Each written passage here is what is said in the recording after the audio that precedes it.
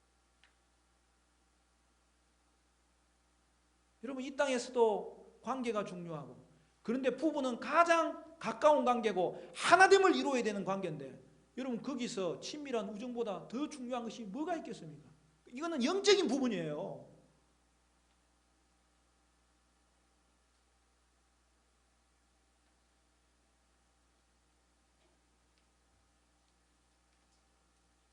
그러니까 부부가 같이 일하는 직장이 제일 좋은 직장이라니까.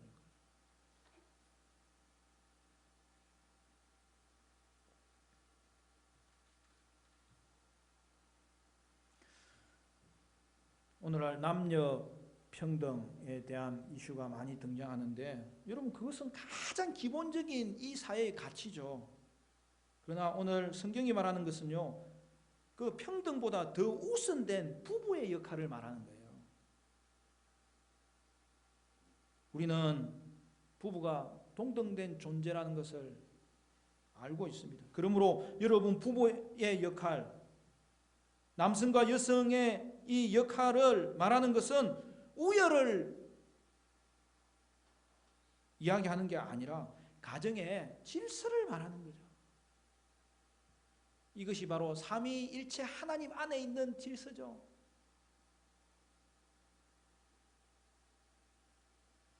삼위 하나님은 동등하신 분이세요. 그럼에도 불구하고 성부 하나님이 대표자가 되시도록 서로가 인정하시는 거죠. 그래서 하나님이 계획하십니다. 여러분, 성부 하나님은 인간의 구원을 계획하시면서 예수님을 보내십니다. 그때 우리 예수님이 어떻게 하십니까? 그것을 자원하며 기쁨으로 순종하는 거죠. 그때 하나님은 예수님의 그 구속 사역을 이루신 그 영광을 예수님께 돌리는 거죠. 그래서 예수님을 모든 이름 위에 뛰어난 이름이 되게 하십니다. 그것이 또한 하나님의 기쁨이었죠. 여러분 이것이 바로 아내에게 주신 순종의 역할이에요. 그러므로 남편의 역할은 가정의 리더로서 섬기는 리더가 되어야 됩니다. 아내는 돕는 배필이라는 말이 사실은 조금 너무 느슨한 번역이에요. 좀 알차게 번역하면요, 강력한 조력자라는 뜻이에요. 남편은 홀로 있으면 좋지 않은 거예요. 거기에 조력자는 필수적이라는 뜻이죠. 남편의 부족을 채워줌으로 온전케 만드는 것이 아내의 역할이고, 그로 인하여서 하나됨을 같이 경험하는 것이 부부의 최종 목적이라는 거죠. 아내는 남편에게 전쟁에 패배하여서 낙오된 자에게 찾아오는 이 지원군과 같은 존재입니다. 그래서 서로의 역할을 통해서 하나 되게 하신 거죠. 이것이 부부의 의미이고 부부의 축복이고, 하나님이 오늘 이 땅의 부부들 가운데 행하고 계시는 그 부부에게 주신 하나님의 계획이죠. 말씀을 맺겠습니다.